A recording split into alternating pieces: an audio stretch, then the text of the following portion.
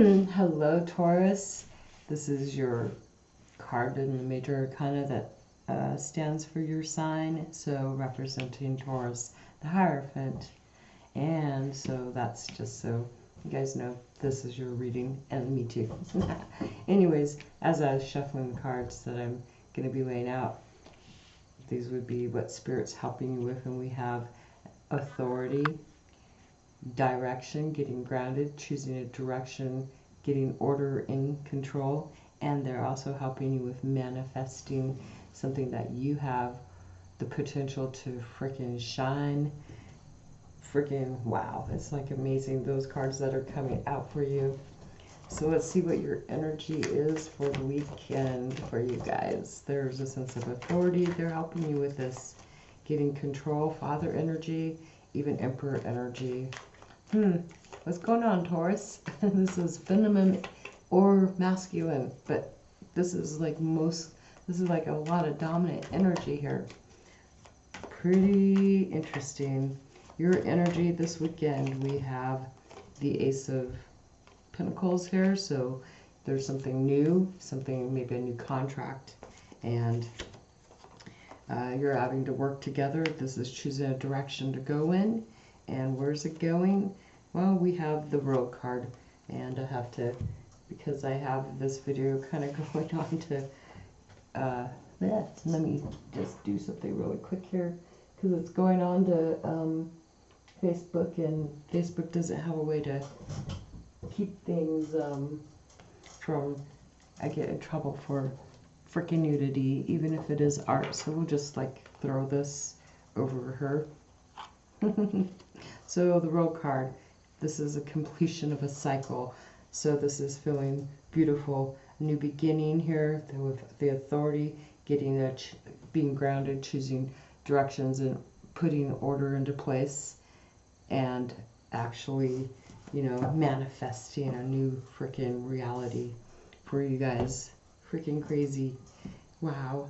So let's see how the weekend goes for you. I'll shuffle these cards and get them out there for you. How is the weekend going for you? Okay, so let's see what's going on. What's going on for the weekend? General reading here, you guys. Keep that in mind. If you want your own personal one, you know that's personal to you and this doesn't resonate, but some of it does, you know, you can always reach out to me through the email or on Messenger if you're looking through this at Facebook. So you can reach out to me and ask for your own personal reading. It'll probably be a little more in depth too, but this is just for the weekend reading. Okay. Here we go. So your situation is the moon. So this is going down a mysterious little path. Something mysterious is going on. There may be a lot of imagination too, but you have the moon card here representing not having something totally known. You may have some secrets, looking for some guidance. And the outside influence is the Three of Cups, joy and happiness.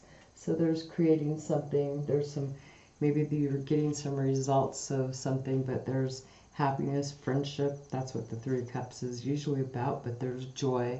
So you're like in your imagination, feeling good about yourself. Someone's putting that influence of joy towards you. And how do you feel about this? Well, you feel like, wow, this is the Five of Cups. So you feel some loss, emotional loss.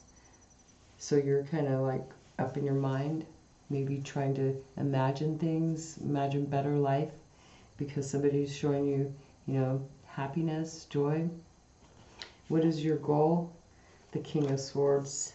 So you're wanting to get some knowledge, you're wanting to have knowledge, be aware, you're wanting to basically not use any emotions, get your mind back into order, and cut off your emotions most likely. You're wanting the truth of the situation, determined to have power here. And then we have the Two of Pentacles showing that you're planning the filling of the reason for this is in order to bring balance back into your life and choose a new goal, a new plan going forward. Maybe even meeting up with somebody in order to, get things going too. Changing a circumstance from being, able to stay lazy versus working. Anyways, lazy isn't bad at all. That's just like being relaxed versus working. So this is making a choice. The outcome is the Two of Cups, you guys. So there is a connection coming in from the past. So I'm going to just say, just with these two cards right here, this is you feeling a loss of a connection, and maybe what you're being influenced is somebody is trying to bring in a new beginning. They're trying to create something here with you, but you have lost. You're experiencing some challenges regarding this, and so you're all up in your mind and your emotions and your imagination. But here we have a connection. And how do you feel about this connection? The Ten of Pentacles, freaking awesome energy. Freaking feeling 100% secure here. Like you have freaking bombed it out, basically. If that's even an idea. That is like you've completed something and feeling really secure. Like you've landed what you needed here with this connection. So now we're going to go into story time for you guys and see how you like that. Here we go. So, your reading's already done, but you can stick around and I'm going to read you the story of each one of these cards. So, here we go. So, Taurus, you have the moon as your first card, which is going to be your situation for the weekend. And with the moon, hopefully you can hear my voice. Besides me flipping the pages, looking for the moon. I'm looking for the moon. If I went outside, I'd look outside and you'd sit right up there. It's like sitting there on top of all the stuff, looking at that moon. Illusion is a projection of trauma, past suffering, and the idiosyncrasies that that hide in the secret vessels of our subconscious. Our demons, our shadow, and our traumas breathe life into our insecurities. They dance around our equilibriums, normalizing our self-hate, identifying magic as unbelievable, as if that were a term of endearment. The moon is believable. She validates magic and sustains miracles. She reminds us that the journey to understanding your shadow is a therapeutic retreat. The moon asks you to list your fears, your impossible dreams, and your restricted expressions. Consider them and meditate on their roots. Understanding these roots will give you power as you learn to differentiate intuition from anxiety. The moon asks you to believe in the unthinkable possibilities of your drive as it overcomes fear and promotes radical vigilance. She asks you to channel the High Priestess and nurture your third eye. As much as the validation of others can remind us to believe in ourselves, our own body's ability to read intuition is in us. We all have it, and we all deserve to try to understand it. Your influence is the Three of Cups, so you got somebody influencing you. The Three of Cups is a party on another planet where you are at your wildest and your safest. The Three of Cups trust their interspecies community. They trust nature and the law of respect. When you listen to your surroundings know you care. The Three of Cups is a get-together unlike any other, as laughter and discovery overpowers escapism. The Three of Cups ask you to discover magical pockets of joy and camaraderie, friendship, and revel in your new definition of safety. The Three of Cups doesn't need to discuss or reiterate. They want you to jump and laugh. They ask you to reconnect with your happiest safe haven and find peace in chaos.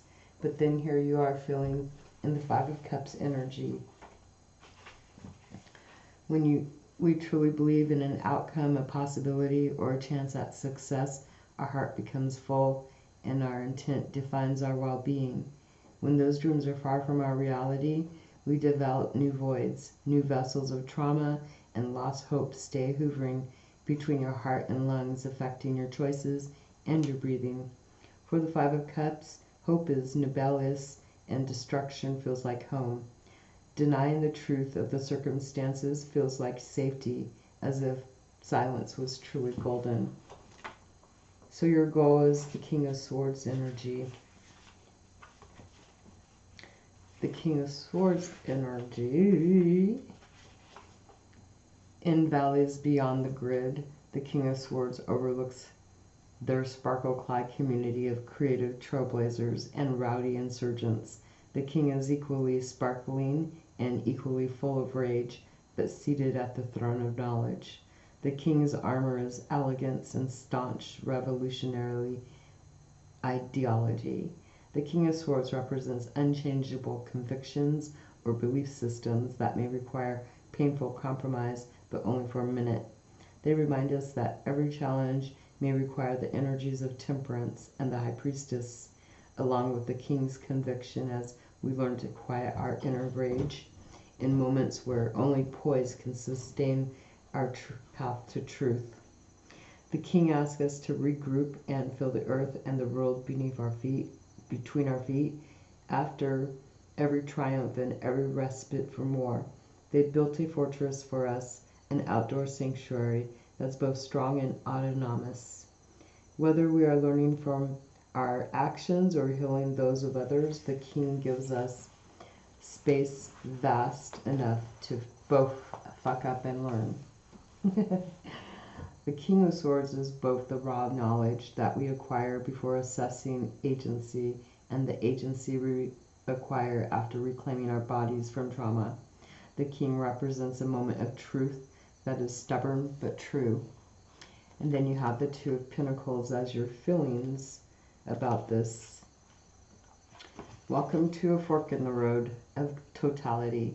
The Two of Pentacles is fighting the same fight, taking alternative routes which adhere to separate parts of the brain. At the end of the day, it's not always the best medicine to pine over a choice between metaphysical guidance or logical facts, the goddess energy or the worker's energy, the earth as a vessel for nature or the earth as a vessel for stability, a movement based on reclaiming our ancestors or a movement based on reclaiming our jobs. The Two of Pentacles ask you to consider every intersection, educate yourself of the truths that exist beyond your reality, judge them, excavate the roots, disregard their inaccuracies, and take the chosen path with total awareness. And then we got the lovely Two of Cups. The results of this weekend is a connection. The Two of Cups is the only one of its kind, as romantic love is the only one of its kind. The Two of Cups are two guys in love. Doesn't mean that you're two guys in love, but that's just this deck. They're two guys in love running between multi-dimensional journeys by the mere exchange of a glance, a wink, and a smile.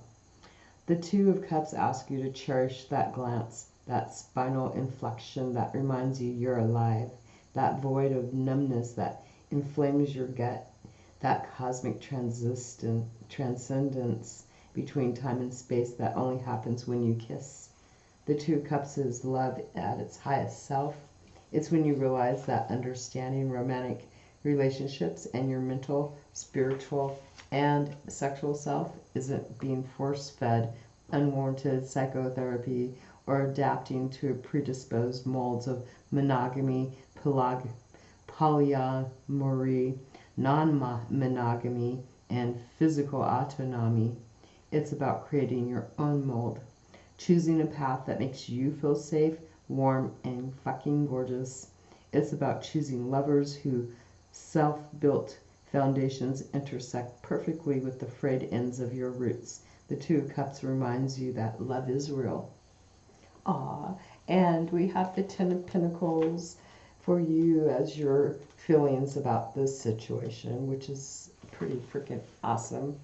Atop power lines and skylines at desk, the Ten of Pentacles is a material girl and a priestess. She's completed the task of finding stability, and she has no qualms in letting the world know.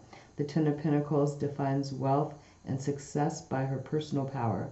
The community that holds her and her endless drive to achieve greatness. The Ten of Pentacles is the culmination of your work with a redefinition